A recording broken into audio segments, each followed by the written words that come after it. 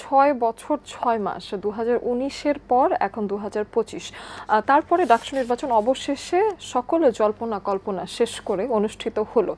সেই ডাকসু নির্বাচন নিয়ে অনেক রকম আমেজ আসলে চলছিল, অনেক রকম কথা চলছিল এবং আদৌ ডাকসু নির্বাচন অনুষ্ঠিত হবে কিনা সেই বিষয়েও সন্দিহান ছিলেন অনেকে। তারপরও গত 9 সেপ্টেম্বর ডাকসু নির্বাচন সংগঠিত হয়েছে। সকালবেলা ক্যাম্পাস প্রাঙ্গণে যেমন উন্মাদনা ছিল, দুপুর গড়াতেই সেখানে নানান রকম অভিযোগ এবং অভিযোগের উত্তাপে ক্যাম্পাস কিন্তু অন্য রকম একটা পরিবেশে রূপান্তরিত হয়েছে। শেষে সন্ধে থেকে রাত পর্যন্ত আসলে নানান রকম ঘটনাও ক্যাম্পাস প্রাঙ্গণে হয়েছে এবং ভোটে কারচুপির মতো অভিযোগও এসেছে। এই পুরো বিষয়গুলো নিয়ে জানতে চাই কেমন হলো ডাকসু নির্বাচন 2025। অবশেষে কিছু মানুষ যখন বলছেন না নির্বাচন বেশ ভালো হয়েছে, এমন করে যদি ডাকসু নির্বাচন হয় তাহলে জাতীয় পর্যায়ে নির্বাচন বেশ সহজেই করা যাবে, এমন কথাও এসেছে। আসলে কি সেটাই কিনা সেই বিষয়গুলো জানবো এবং সবাইকে সেই কারণে স্বাগত জানাই আপনাদের পছন্দের চ্যানেল এটিএন বাংলায় SRS international BD presence turning পয়েন্টে। আমি অহনা তাসনিম খান আছি আপনাদের সাথে এবং আমাদের সাথে ডেকেছি দুজন বিশেষ অতিথিকে যারা ডাকসু নির্বাচন নিয়ে তাদের মনের ভাবনা আমাদেরকে জানাবেন। শুরুতেই পরিচয় করিয়ে দিচ্ছি আলহাজ নাজিমউদ্দিন আলম। তিনি সাবেক এজিএস ছিলেন ডাকসুর, সাবেক সংসদ সদস্য হিসেবে ছিলেন ভোলাচারে। অনেক অনেক স্বাগত জানাই। ধন্যবাদ। তার পাশেই আছেন মশিউর রহমান, যুগ্ম সদস্য সচিব, জাতীয় নাগরিক পার্টি এনসিপি। অনেক অনেক স্বাগত জানাই। আজ ডাকসু নির্বাচন নিয়ে কথা বলতে চাই। গত 2 দিন আগে 9 সেপ্টেম্বর 25 ডাকসু নির্বাচনে ছাত্র শিবির সমর্থিত ঐক্যবদ্ধ শিক্ষার্থী জোট ফুল প্যানেল সহকারে তারা বিজয় অর্জন করেছে। তো এই বিজয় অর্জনটাকে খুব সহজভাবে যে খুব আমেজের সাথে সবাই আমরা গ্রহণ করেছি তা নয়, বরং ছাত্র শিবির বাদে অন্যান্য ছাত্র সংগঠন কারচুপির অভিযোগ এনেছে, যেটা কিনা আমরা দুপুর থেকে শুনতে পাচ্ছিলাম। সেই বিষয়টা নিয়ে একটু স্যারের কাছে আসি, যে কি ভাবছেন সেই বিষয়ে। ছাত্র সংসদ ডাকসু নির্বাচন একটা গুরুত্বপূর্ণ নির্বাচন। খুবই এদেশের মানুষ অধীর আগ্রহে অপেক্ষা করেছিল ডাকসু নির্বাচনটা কেমন হয়। তো ফ্যাসিবাদ মুক্ত পরিবেশে আপনি জানেন যে দীর্ঘ 17টি বছর ঢাকা বিশ্ববিদ্যালয়ের একতরফাভাবে একচেটিয়াভাবে আপনার রামরাজত্ব ছিল। একটি স্বৈরাচার ফ্যাসিবাদ শক্তি, ফ্যাসিবাদ যারা ফ্যাসিস্ট স্বৈরাচারের ছাত্র সংগঠন, তারা বিভিন্নভাবে সকল হলে এবং ক্যাম্পাসে এমনভাবে রাজত্ব করেছিল, কোনো আপনার গণতান্ত্রিক চর্চা ছিল না, কোনো পরিবেশ ছিল না। এবং যারা যারা অপরাপর সংগঠন যারা অন্য রাজনীতি করতে চেয়েছিল, মানে কোনো সহাবস্থান ছিল না। কেউ ক্যাম্পাসে গেলে তাদেরকে বিভিন্নভাবে আপনার অত্যাচার করতো, জুলুম করতো, এমনকি পরীক্ষা দিতে পারতো না। এমনি পরিবেশ ছিল। সেই পরিবেশের পরেই যাদের যে কারণে আপনি জানেন যে এই ফ্যাসিবাদ শুধু এটা না, সব ক্ষেত্রেই তারা আমাদের সকল গণতান্ত্রিক প্রতিষ্ঠান ধ্বংস করে দিয়েছে আপনার। তো তারপরে আমরা সকলে মিলে আমরা তাদেরকে আমরা পরাজিত করেছি, তারা পালিয়ে যেতে বাধ্য হয়েছে। এই ফ্যাসিবাদ মুক্ত পরিবেশে আজকে ডাকসু নির্বাচন, এটা সকলের প্রত্যাশা একটা সুষ্ঠু অবাধ নিরপেক্ষ নির্বাচন হওয়া। যদিও প্রথমে চ্যালেঞ্জ ছিল জাতীয় নির্বাচন। জাতীয় নির্বাচনটা যদি আমরা প্রথমে শুরু করতে পারতাম তাহলে আজকে আপনার এই নিজেদের ভিতরে হানাহানিটা, এটা যেটা আওয়ামী লীগ চায় যে ফ্যাসিবাদ শক্তি তারা চায়, কিন্তু আপনার যে আমাদের যারা ফ্যাসিবাদ বিরোধী আমরা ছিলাম, যাদেরকে আমরা পরাজিত করেছি, যাদেরকে আমরা বিদায় করেছি, উৎখাত করেছি এবং পালিয়ে গিয়েছে, ওই শক্তিটা যেটা চায় যে ফ্যাসিবাদ বিরোধী আমরা যারা আছি, বিশেষ করে বিএনপি, জামাত, হেফাজত, এনসিপি, আমরা এবং বামপন্থী সংগঠন সকলে মিলে যে আমরা ঐক্যবদ্ধভাবে ফ্যাসিবাদকে আমরা সরিয়েছি। এখন চাচ্ছে আওয়ামী লীগ চাচ্ছে বিদেশে বসে অর্থ বিভিন্নভাবে একটা মব জাস্টিস করে, একটা মব ভায়োলেন্ট করে একটা পরিস্থিতি সৃষ্টি করা। এই জন্য এই মুহূর্তে এই ঝুঁকিপূর্ণ পরিবেশে ডাকসু নির্বাচনটাই আমি অনেক আগেই একবার বলেছিলাম যে ডাকসু নির্বাচনটা দিলে পরে নিজেদের ভিতরে একটা ভুল বোঝাবুঝি হবে। ভোট সুষ্ঠু হলেও মানবে না, কারণ সবাই এখন যার যার চেয়ারে সিংহাসনে বসার খুব অধীর মানে চেষ্টা, আগ্রহ। যাই হোক, একটা গণনার মাধ্যমে পরবর্তী একটা ফলাফল আসছে। আমি চাই যে এইখানে সুন্দরভাবে যাতে আগামী দিনে ছাত্ররা যেন তাদের সুন্দরভাবে তাদের ডাকসুর কার্যক্রম তারা সুষ্ঠুভাবে পরিচালনা করে। অনেক ধন্যবাদ। আমি এই বিষয়ে আসতে চাই মশিউর রহমান আপনার কাছে। আপনি তো ঢাকা ভার্সিটি থেকেই বেরিয়েছেন এবং সেখান থেকে দেখা যায় যে আপনাদের এখনো রিসেন্ট ইনফরমেশন আসলে সবকিছু আপনার কাছে আছে। তো সেই বিষয়টা নিয়ে জানতে চাই যে যেমন নাজিম উদ্দিন স্যারও বললেন যে একজন পোলিং কর্মকর্তাকেও গতকালকের নির্বাচন থেকে ওনাকে প্রত্যাহার করা হলো, কিন্তু এই বিষয়টা নিয়ে এখনো কথা আসলো না যে পোলিং কর্মকর্তা আসলে কার হয়ে কাজটা করছিলেন এবং ওনাকে প্রত্যাহার করার মাধ্যমে আসলে অভিযুক্ত আসলে কে এবং উনি কার হয়ে কাজ করছিলেন সেই বিষয়গুলো তো আসলে একেবারেই পরিষ্কার হলো না। তো অনেক কিছুই অস্পষ্ট রয়ে গেল। সকালবেলা সাদিক কায়েম এবং ফরহাদ তাদের দুজনের নামের পাশে ক্রস চিহ্ন দেওয়া। শিক্ষার্থীরা বললেন, আবিদুল ইসলামও কিন্তু একটা লাইভে তিনি নিজেও এই কথা বললেন যে তিনি এই রকম ঘটনা শুনেছেন, দেখেছেন এবং এই ধরনের ঘটনা চলছে।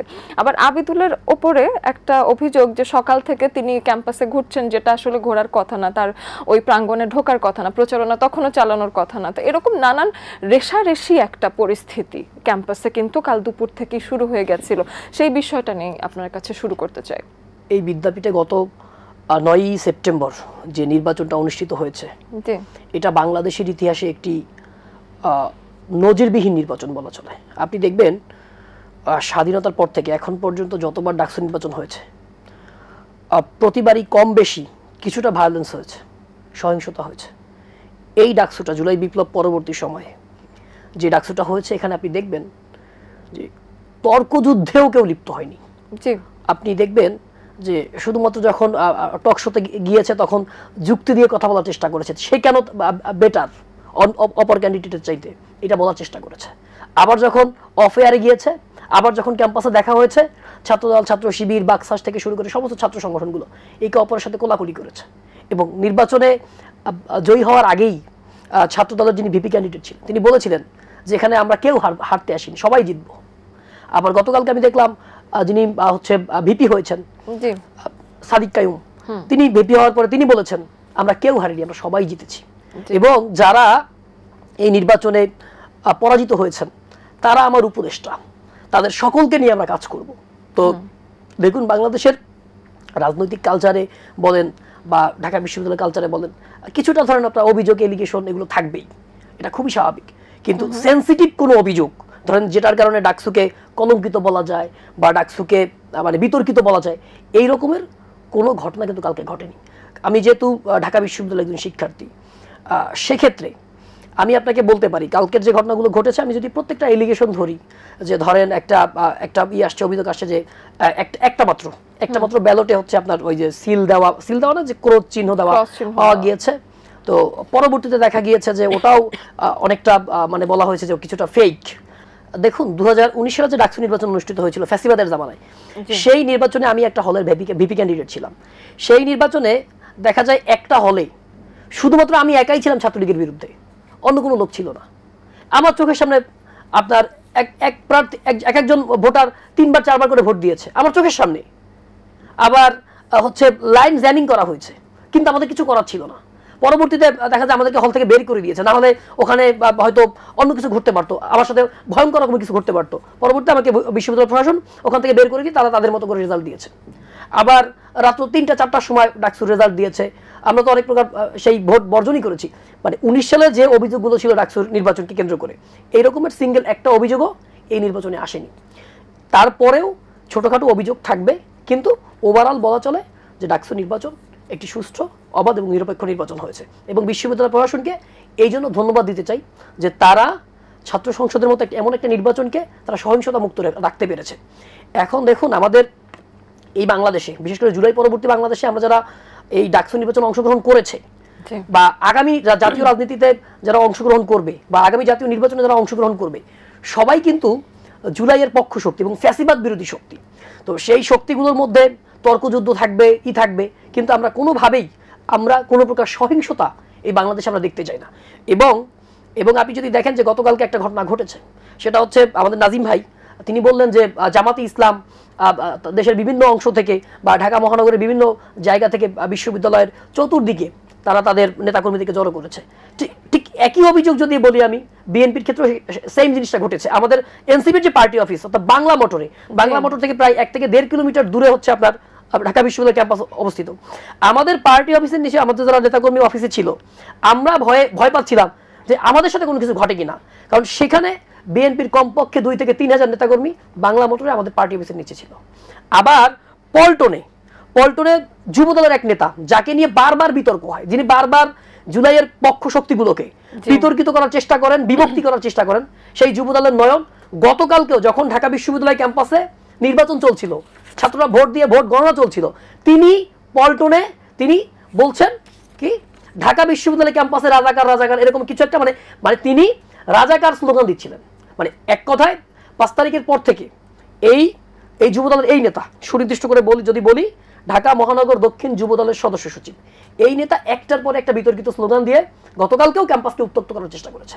তো আমি বিএনপি যারা হচ্ছেন সিনিয়র নেতৃবৃন্দ আছেন, আপনাদের প্রতি আমার উদ্যত আহ্বান থাকবে যে এই ধরনের স্লোগান যারা দেয়, এই ধরনের উস্কানি যারা দেয়, তাদেরকে আপনাদের কন্ট্রোল করা উচিত। হয় যদি শোকজ করেন, শোকজের পরে যদি তারা সংশোধন হয় তো ভালো, যদি না হয় তাদেরকে দল থেকে বহিষ্কার করা উচিত।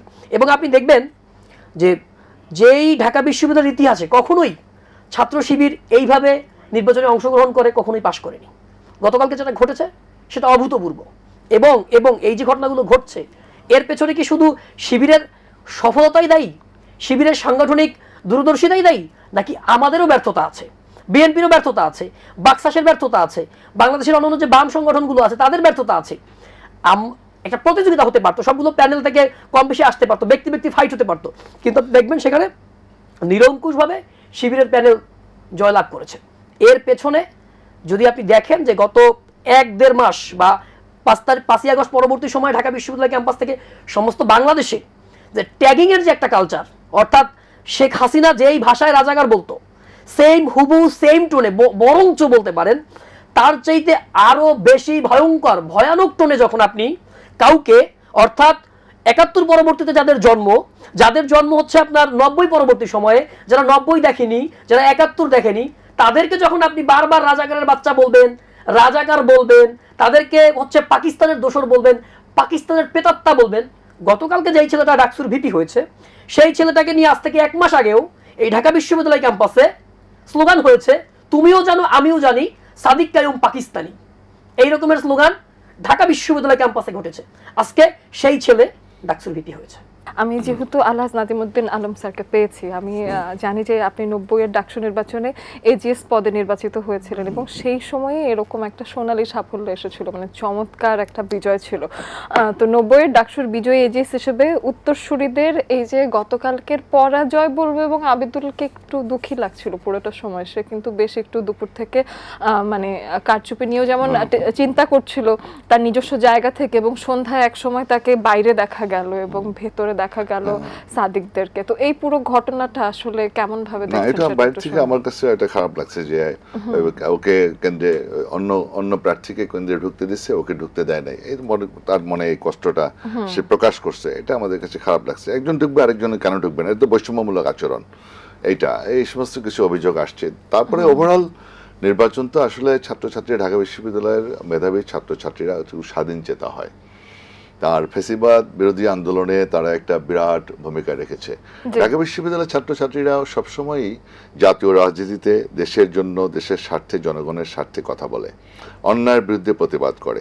এটা আপনি যতগুলো আন্দোলন দেখবেন, আপনার 52 ভাষা আন্দোলন বলবেন, 62 শিক্ষা আন্দোলন বলবেন, 66 6 দফা আন্দোলন বলবেন, 69-এর গণ অভ্যুত্থান, আপনার 71-এর স্বাধীনতার যুদ্ধ, আপনার 90-এর স্বৈরাচার বিরোধী আন্দোলন, তারপরে এই জুলাই আগস্টের আন্দোলন, আপনি দেখেন প্রত্যেকটা আন্দোলনে এই ঢাকা বিশ্ববিদ্যালয়ের ছাত্ররা কিন্তু সামনে ছিল সব সময়, এবং ঢাকা বিশ্ববিদ্যালয়কে ফলো করেছে সারা দেশের বেসরকারি বিশ্ববিদ্যালয় বলেন, বিভিন্ন অঞ্চল ভিত্তিক যে কলেজগুলো আছে, বিশ্ববিদ্যালয় আছে, সকল বিশ্ববিদ্যালয় এদেরকে ফলো করে।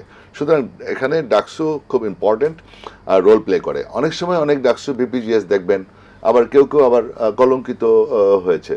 যেমন মনে করেন জিএস, গত 19 সালের যে জিএস যে ছিল, সে আপনার জাহাঙ্গীরনগর বিশ্ববিদ্যালয়ের ভাইস চ্যান্সেলরের সাথে যে কনভারসেশন আপনারা শুনেছেন, হ্যাঁ, কমিশন বাণিজ্য, টেন্ডারবাজি। তো এটা আবার কিছু 2-1 ভিপিজিএস সরকারের সাথে, সামরিক জান্তার সাথে, স্বৈরাচারের সাথে আপোষ করে মন্ত্রিত্ব নিয়েছেন। তো আবার অনেকে আপনার ঢাকা বিশ্ববিদ্যালয়ের পাদদেশে আপনার যে বাংলায় ওখানে দাঁড়িয়ে স্বাধীনতার পতাকা উত্তোলন করেছেন ডাকসুর ভিপি আশরাম আব্দুর রব। আবার ছাত্রলীগের সেক্রেটারি ছিল শাহজাহান সিরাজ, 4 খলিফার 1 খলিফা, আমাদের মন্ত্রীও ছিলেন, উনি স্বাধীনতার ইশতেহার পাঠ করেছেন।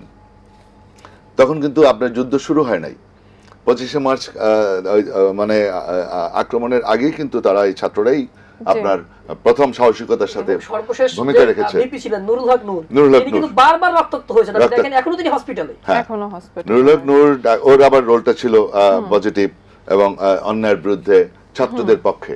তো এই যে কতগুলি জিনিস আছে। আমরা 1990 সালে আমরা আপনার স্বৈরাচার বিরোধী আন্দোলন করেছিলাম, এরশাদের পতন নিশ্চিত করেছিলাম দেশনেত্রী বেগম খালেদা জিয়ার নেতৃত্বে, আপোষের নেত্রী। তো যার ফলে আমাদের নেত্রীও আবার প্রধানমন্ত্রী হয়েছেন, দেশ পরিচালনা করেছেন। আমরা নেত্রীর কাছ থেকে আমরা ছাত্রদের কল্যাণের জন্য অনেক সুবিধা নিয়ে এসেছি। ম্যাডামের কাছে বলছি যে আমাদের ছাত্রছাত্রীদের খাবারের মান খুব খারাপ, হ্যাঁ আমরা খাবারের মান উন্নত করতে চাই। ম্যাডাম 1 কোটি টাকা দিয়ে দিছে, হ্যাঁ ওটা ফিক্সড ডিপোজিট করেছে। তারপরে বলছি পরিবহন সমস্যা, সাথে সাথে গাড়ি দিয়ে দিছে কতগুলো। আমরা আবাসন সমস্যার কথা বলেছি, নেত্রী আমাদেরকে জিয়া হল, মুজিব হল এবং কুয়েত মৈত্রী হল মেয়েদের জন্য সে হল দিয়েছে। এখনো আমরা আশা করবো, যেমন মনে করে আমরা ছাত্ররা এটাও করেছিলাম যে করিডোরে কোনো মিছিল হবে না। আমরা কমিটমেন্ট করেছিলাম ক্লাস চলাকালীন 10টা থেকে 12টা পর্যন্ত শুধু মিছিলের পর মিছিল। আজকে যে ওরা পড়াশোনা করছে ওরা তো করিডোরে কোনো মিছিল পায় নাই। আমরা কিন্তু শুরু করছি 90 সাল থেকে। আমরা যখন বন্ধ করলাম করিডোরে মিছিল হবে না, ক্লাসে ডিস্টার্ব হয় ছাত্রছাত্রীদের, রাজনীতি তো ছাত্রছাত্রীদের কল্যাণের জন্য, ক্যাম্পাসের নিরাপত্তার জন্য, আমাদের বোনদের নিরাপত্তার জন্য। তো রাজনীতিটা হওয়া উচিত এটা। তো সেখানে আমরা চেষ্টা করেছি যে আপনার যাতে ডিস্টার্ব না হয়। তারপরে আপনার গিয়া আরেকটা ইয়ে করেছি যে মেধার ভিত্তিতে ভর্তি হবে। আমরা কিন্তু 90 সাল থেকে মেধার ভিত্তিতে ঢাকা বিশ্ববিদ্যালয় এখন ভর্তি হয়, কোনো সুপারিশ কোনো তদবির অ্যালাউড না। তো এই জিনিসগুলি আমরা আশা করবো যে বর্তমান যে ডাকসু যারা আছে তারা ছাত্র কল্যাণে কাজ করবে, দেশের স্বার্থে, জাতীয় স্বার্থে কাজ করবে, এটি আমরা আশা করব। সাদিক কায়েমের সাথে আমার এর আগেও আসলে আলোচনা হয়েছে এবং যেখান থেকে মনে হয় যে আমরা তাদেরকে আসলে ইতিবাচকভাবেই দেখতে চাই এবং তারা এ পর্যন্ত যা বলেছে বেশ ইতিবাচক মেসেজই তারা দেওয়ার চেষ্টা করেছেন। সবাই মিলে ক্যাম্পাসে একসাথে ক্যাম্পাসের ভালো করার উদ্দেশ্যে একটা বিষয়। কিন্তু একটু ভেতরের খবরে আসে এবং রাতে নির্বাচনের যখন রায় হচ্ছিল সেই সময়টা যেটা দেখা গেছে যে একটু দেরি হচ্ছে এবং ফুল প্যানেল জয়ী হবে কিনা সেটা নিয়ে আসলে তেমন কোনো কথা হচ্ছিল না। মশিউর যদি কিছু জানেন এই বিষয়ে, যে শেষের দিকে মনে হচ্ছিল মহিউদ্দিন হয়তো এজিএস হবেন না, আবার ওরা 2 জন জিতে গিয়ে অন্য কেউ আসবেন কিনা, আবার জিএস পদ নিয়ে কিন্তু 3 জন একেবারে প্রতিদ্বন্দ্বিতা করছেন, এরকম একটা ঘটনা। জিএস পদটা কিন্তু বেশি গতকাল জনপ্রিয় ছিল, যে সেখানে প্রতিদ্বন্দ্বিতার সংখ্যাও বেশি এবং বেশ মারামারি ব্যাপার, মানে এটা হাড্ডাহাড্ডি লড়াই যেটাকে বলে সেরকম একটা বিষয় ছিল। তো মশিউর এই দেরি হওয়ার, ভোটের এই রেজাল্টটা আসার দেরি হওয়ার কি কারণ থাকতে পারে এবং ফুল প্যানেল জয়ী হওয়া নিয়ে আপনার কি মনে হয় যে কোনো দ্বিধাদ্বন্দ্ব ছিল কিনা? গতকালকে যখন বিশ্ববিদ্যালয়ের প্রশাসন যখন দেখলেন যে ক্যাম্পাসের উভয় পাশে, চতুর্পাশে বলা চলে, যে বিএনপি এবং জামাত উভয় গ্রুপই অবস্থান নিয়েছে, তখন কিন্তু বিশ্ববিদ্যালয় প্রশাসনের ক্ষেত্রেও কিছুটা উদ্বিগ্নতা ছিল যে কোনো যদি মানে এই নির্বাচনকে কেন্দ্র করে বা এই ফলাফলকে কেন্দ্র করে কোনো প্রকার সহিংসতা ঘটে তাহলে সেটা কিন্তু ট্যাকেল দেওয়ার সামর্থ্য বিশ্ববিদ্যালয় প্রশাসনের নাই। ইভেন বলতে পারেন বর্তমান যে সরকার আছে সেই সরকারও পারবে না। কারণ এখানে দেখুন ফ্যাসিবাদ বিরোধী শক্তি যারা গত 16 বছর এত জুলুম করলো, এত জালিম, এত বড় জালিম, এত হেলিকপ্টার দিয়ে মানুষকে গুলি করছে, এবং যাদের এই যে আমরা বলি যে প্রায় হচ্ছে আপনার 18-19 লক্ষ কোটি টাকা, 19 লক্ষ কোটি টাকা গত 16 বছরে তারা লোপাট করছে। তো এই টাকাগুলো তো তাদের কাছে আছে এখনো। তো তারা তো সবসময় চাইবে দেশকে অস্থিতিশীল করতে। তো সেই জায়গা থেকে আমার মনে হয়েছে যে বিশ্ববিদ্যালয় প্রশাসন, আমি ধারণা থেকে বলছি, আমার মনে হয়েছে বিশ্ববিদ্যালয় প্রশাসন চেষ্টা করেছে, খুবই সম্ভবত হয়তো বিএনপির সাথে যোগাযোগ করেছে, জামাতের সাথে যোগাযোগ করেছে, অন্যান্য রাজনৈতিক দলগুলোর সাথে যোগাযোগ করে তারা পরিস্থিতি শান্ত করার চেষ্টা করেছে। অন্যথায় গতকালকে পরিস্থিতি শান্ত হওয়ার কথা না। এবং আমার মনে হয় তারা সেই আশ্বাস পেয়েছে বিএনপির জায়গা থেকে, বিএনপি সে আশ্বস্ত করেছে, জামাতও সেই আশ্বস্ত করেছে যে না, ছাত্রদের যে ম্যান্ডেট, ছাত্ররা যে রায় দিয়েছে আপনারা সেই রায় ঘোষণা করেন। এবং সেটার পরেই কিন্তু এটা হয়েছে। এবং ফেসবুকে আপনি দেখবেন আসলে ফেসবুক আসলে গুজবের একটা কারখানা বলা চলে। ফেসবুক যেমন আপনার জুলাই বিপ্লব সংগঠিত করতে সহযোগিতা করেছে, আবার ফেসবুকের কারণে অনেক সময় অনেক গুজব ছড়িয়ে পড়ে যেটা আমাদের কন্ট্রোলের বাইরে চলে যায়। তো মূলত অনেক সময় অনেক মেকানিজমের গল্প আসে এবং আমরা দেখেছি বিশেষ করে 19 সালে যে ডাকসু নির্বাচন হয়েছে সেখানে অনেক মেকানিজম করে রাত 3টা 4টার সময় ফলাফল দেওয়া হয়েছে এবং সেই নির্বাচনের ফলাফল কিছুটা বিতর্কিত। তো হয়তো বিশ্ববিদ্যালয়ের শিক্ষার্থীদের বা সারা দেশবাসীর ধারণা ছিল যে অতীতে যেহেতু এই ধরনের ঘটনা ঘটেছে রিসেন্টলি সদ্য সাবেক ডাকসুতে, তো সেক্ষেত্রে আবার এরকম কোনো ঘটনা ঘটে কিনা সেই জায়গা থেকে হয়তো এটা সবাই বলার চেষ্টা করেছে। দেখুন আমার মনে হচ্ছে যে না, বিশ্ববিদ্যালয় প্রশাসন যে ফলাফলটা ঘোষণা করেছে এটা আসলে অ্যাকচুয়াল ফলাফলই। এবং আপনি দেখেন যে মানে একজন ছাত্র 41টা করে ভোট দিয়েছে। আপনি চিন্তা করেন যে 30,000 ছাত্রছাত্রী ভোট দিয়েছে, 31,000 ছাত্রছাত্রী ভোট দিয়েছে এবং প্রত্যেকে 41টা করে ভোট দিয়েছে। তাহলেই আপনি বুঝতে পারবেন যে ভোট গণনা করতে এত সময় কেন লেগেছে। এবং বিশ্ববিদ্যালয়ে তো আসলে প্রশাসনের তো অত বেশি লোকবল নাই, এবং তারা চাইলেও তো ধরেন ছাত্র প্রতিনিধিদেরকে দিয়ে তো আসলে ভোট কাউন্ট করাতে পারবে না। তো সেক্ষেত্রে আবার প্রত্যেকটা হলে আলাদা আলাদা ভোট হয়েছে, হলগুলোতে ভোট কাউন্টিংয়ের একটা বিষয় আছে। তো সবকিছু মিলিয়ে আমার কাছে সময় বেশি লাগাটাকে ওই রকমের আসলে মনে হয়নি, মানে সন্দেহজনক আসলে মনে হয়নি। হ্যাঁ, গভীর রাতে কিছুটা কনফিউশন তৈরি হয়েছে যে যখন এই গুজবগুলো ছড়াচ্ছিল যে মেকানিজম হচ্ছে অমুককে মাইনাস করা হচ্ছে অমুককে প্লাস করা হচ্ছে, তখন কিছুটা সন্দেহের দানা বেঁধেছিল। বাট মনে হয়েছে আসলে বিশ্ববিদ্যালয় প্রশাসনের সেই ছিল, মানে সেই সদিচ্ছা ছিল সঠিক রায়টা দেওয়ার জন্য। এবং আমি আপনাকে বলি যে এই প্রশাসন মেকানিজম করে আসলে ডাকসুর রায় দিতে পারতো না। কেন পারতো না? কারণ বিশ্ববিদ্যালয়ের যারা শিক্ষক আছেন এই মুহূর্তে, দেখুন কালকে যে প্যানেলটা ফেল করেছে বা পরাজিত হয়েছে, সেখানে আপনি ধরেন ছাত্র দলের প্যানেলটা পরাজিত হয়েছে, আবার বাক্সার যারা জুলাই বিপ্লবে নেতৃত্ব দিয়েছে তাদের প্যানেল পরাজিত হয়েছে। এখন এখানে তারা বিশ্ববিদ্যালয়ের যারা বিভিন্ন হলের হচ্ছে প্রভোস্ট আছেন, বিভিন্ন ফ্যাকাল্টি ডিন আছেন, বিসি থেকে শুরু করে, এখানে মোটামুটি বিএনপি পন্থী, জামাতপন্থী এবং অন্যান্য পন্থী সাদা দলের শিক্ষকরাই মূলত এই দায়িত্বে ছিলেন। তো চাইলেও আসলে ওখানে আপনি ওই যে মেকানিজমের কথাগুলো আসতেছে এটা আসলে পসিবল না। কারণ আপনি ধরেন বিএনপি পন্থী যিনি হচ্ছে হাসিনার আমলে ফ্যাসিবাদের জামানায় গত 16 বছর যিনি এই আওয়ামী লীগের যে শিক্ষক প্যানেল আছেন বা আওয়ামী লীগের বিরুদ্ধে লড়াই করেছেন, তারা তো এখন ক্যাম্পাসে আছেন। তারা শুধু মানে একদম খালি আপনার হচ্ছে ডাকসুটা ছেড়ে দিবেন একদম মানে কোনো যুক্তি ছাড়া, এটা বিশ্বাসযোগ্য না।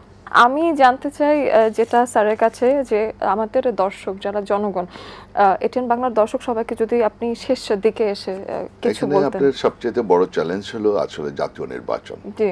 জাতীয় নির্বাচনটা আমাদের কাছে সবচেয়ে বড় চ্যালেঞ্জ। ফ্যাসিবাদ মুক্ত আজকে বাংলাদেশ এবং এদেশের জনগণের জন্য আমাদের খুবই প্রয়োজন একটা জাতীয় নির্বাচন।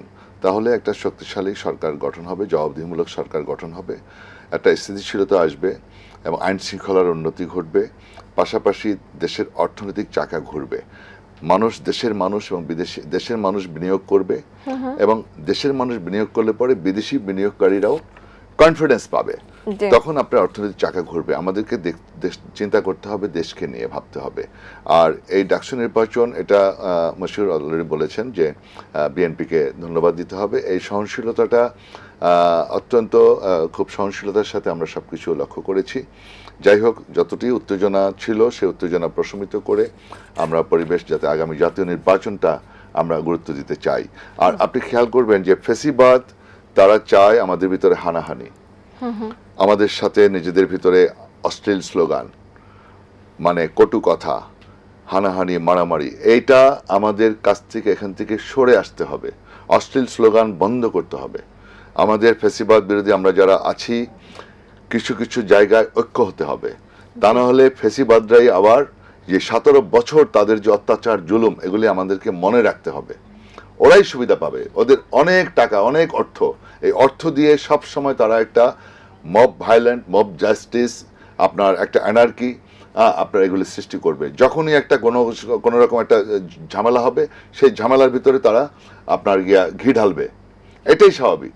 সুতরাং এই ব্যাপারে আমাদের সকল ফ্যাসিবাদ বিরোধী শক্তি যারা আছে, আমি তাদের সকলের কাছে আবেদন রাখবো অত্যন্ত সচেতনভাবে তারা এগিয়ে যাবে, যাতে করে আমাদের সাথে নিজেদের ভিতরে কোনো হানাহানি না হয়। যার যার অবস্থান থেকে সতর্কভাবে কাজ করবে এবং জাতীয় নির্বাচনটা আমাদের কাছে সবচেয়ে বড় চ্যালেঞ্জ। এই নির্বাচনটা যাতে বানচাল হয় সেজন্য অপচেষ্টা চলছে বিভিন্নমুখী, সে ব্যাপারে সতর্ক থাকবেন, এটাই আমার আবেদন। মশিউর, এখন পর্যন্ত আমরা জানি যে ফেব্রুয়ারিতে যদি নির্বাচন হয় তাহলে দেখা যায় যে আপনারাও আছেন এবং আমাদের বিএনপি আছেন এবং সবকিছু মিলিয়ে একটা নির্বাচন হওয়ার আসলে আশা করছি। তো ডাকসু নির্বাচন আমি বলতে চাই যে ওভারঅল আমরা একটা ভালো নির্বাচন করেছি, এটা বলতেই হবে, কারণ সহিংসতার কোনো ঘটনা ঘটেনি, তেমন কোনো নেতিবাচক অনেক কারচুপি বা অনেক রকম কোনো প্রমাণও আসলে মেলেনি। তো দিন শেষে যেটা হয়েছে যে আমাদের একটা নির্বাচন হয়েছে এবং অসংখ্য শিক্ষার্থী পার্টিসিপেট করেছে, যেটা কিনা মূল যে ক্যাম্পাস ভর্তি ভোটার ছিল, এটা বেশ চমৎকার হয়েছে। তো এখন আপনি সামনের দিনে জাতীয় নির্বাচনে আপনারা অংশগ্রহণ করবেন, সেটা নিয়ে আশাবাদী কিনা, এবং জনগণের উদ্দেশ্যে যদি 1-2 লাইন কিছু বলতেন। দেখুন, ডাকসু নির্বাচন হচ্ছে বাংলাদেশের পরবর্তী নির্বাচনের একটা রোল মডেল। পরবর্তী ন্যাশনাল ইলেকশন কিভাবে হতে পারে। জুলাই বিপ্লবের পরে আমাদের মোটা দাগে 3টা দাবি ছিল: বিচার, সংস্কার এবং নির্বাচন। এই বিচার এবং সংস্কার একটা চলমান প্রক্রিয়া। নির্বাচনের একটা এক্সাম্পল গত 9 সেপ্টেম্বর সেট হয়েছে। তো এই সেট হওয়া এটাকে কেন্দ্র করে বা এটাকে এক্সাম্পল হিসেবে তুলে নিয়ে যদি বাংলাদেশে আগামী নির্বাচনে যারা অংশগ্রহণ করবে, ধরেন তাদেরই ছাত্র সংগঠনগুলো গতকালকে ছিল, আগামী নির্বাচনে এনসিপি, জামাত, বিএনপি থেকে শুরু করে ফ্যাসিবাদ বিরোধী লড়াইয়ের যে রাজনৈতিক দলগুলো, তারা যে নির্বাচনটা অনুষ্ঠিত করতে যাবে, সেই নির্বাচনটাই ডাকসুর যে একটা রোল মডেল, যে সহিংসতা মুক্ত যৌক্তিক বিহেভিয়র, এটাকে অনুসরণ করে যদি আগামী নির্বাচনে এইভাবে অ্যাক্ট করতে পারে, অর্থাৎ লোকাল এরিয়াগুলোতে কিন্তু রাজনীতি অনেক কঠিন। এবং আপনি ধরেন এখানে ছাত্র দলের এগেনস্টে অন্যান্য ছাত্র সংগঠনগুলো খুবই শক্তিশালী অবস্থানে ছিল, এবং বলতে পারেন যে অনেকগুলো ছাত্র সংগঠন এখানে সহ অবস্থানে ছিল বা সমান সংখ্যক শক্তি নিয়ে ছিল। আবার ঢাকা বিশ্ববিদ্যালয় ক্যাম্পাসে সহিংসতা করলে তার রেজাল্ট ভিন্ন হতে পারে, সাধারণ শিক্ষার্থীরা রিয়াক্ট করলে কোনো ছাত্র সংগঠনই টিকতো না। সেই জায়গায় এটাকে ধরে নিয়ে, যেহেতু তৃণমূল পর্যায়ে বাংলাদেশের সবচেয়ে বড় সংগঠন এখন বিএনপির উচিত এই ডাকসু নির্বাচন যেভাবে হয়েছে এইরকম একটা আদর্শ তুলে নিয়ে, যাতে করে ন্যাশনাল ইলেকশনকে কোনোভাবে যেদিন ভোট হবে ওইটাকে প্রভাবিত না করে একটা এক্সাম্পল যদি বিএনপি সেট করতে পারে এই নির্বাচনে, তাহলে বাংলাদেশ ফ্যাসিবাদের জামানা থেকে উত্তরণ হয়ে আধুনিক বাংলাদেশের পথে, গণতান্ত্রিক বাংলাদেশের পথে আরও এক ধাপ এগিয়ে যাবে। সেই বাংলাদেশে আমরা সুখে শান্তিতে সমৃদ্ধির সাথে বসবাস করব। এবং ঢাকা বিশ্ববিদ্যালয়, সর্বশেষ বলবো, ঢাকা বিশ্ববিদ্যালয় এবং ডাকসু হবে আগামীর বাংলাদেশে গণতন্ত্রের পাহারাদার। যদি কোনো রাজনৈতিক দল পরবর্তী নির্বাচনে নির্বাচিত হয়ে বাংলাদেশকে অস্থিতিশীল করতে চায়, ফ্যাসিবাদী ব্যবস্থা কায়েম করতে চায়, ডাকসু এবং ঢাকা বিশ্ববিদ্যালয় সেই বাংলাদেশকে পাহারা দিবে। ধন্যবাদ। অনেক ধন্যবাদ, এবং ধন্যবাদ আলহাজ নাজমুদ্দিন আলম আপনাকে, ধন্যবাদ মশিউর রহমান আপনাকে। দর্শক, ডাকসু নির্বাচনের পরবর্তী সময়ে এখন আমরা জাতীয় নির্বাচন নিয়ে অপেক্ষা করছি, এবং পুরো সময়টা জুড়ে আমাদের দেশে এখন রাজনৈতিক অঙ্গনে ঘটবে একটার পর একটা ঘটনা। প্রত্যেকটা ঘটনা নিয়েই সমসাময়িক নানান বিষয় নিয়ে এসআরএস ইন্টারন্যাশনাল বিটি প্রেজেন্স টার্নিং পয়েন্ট নিয়ে আমরা চলে আসবো আপনার সামনে। আজকের মতো বিদায় নিচ্ছি।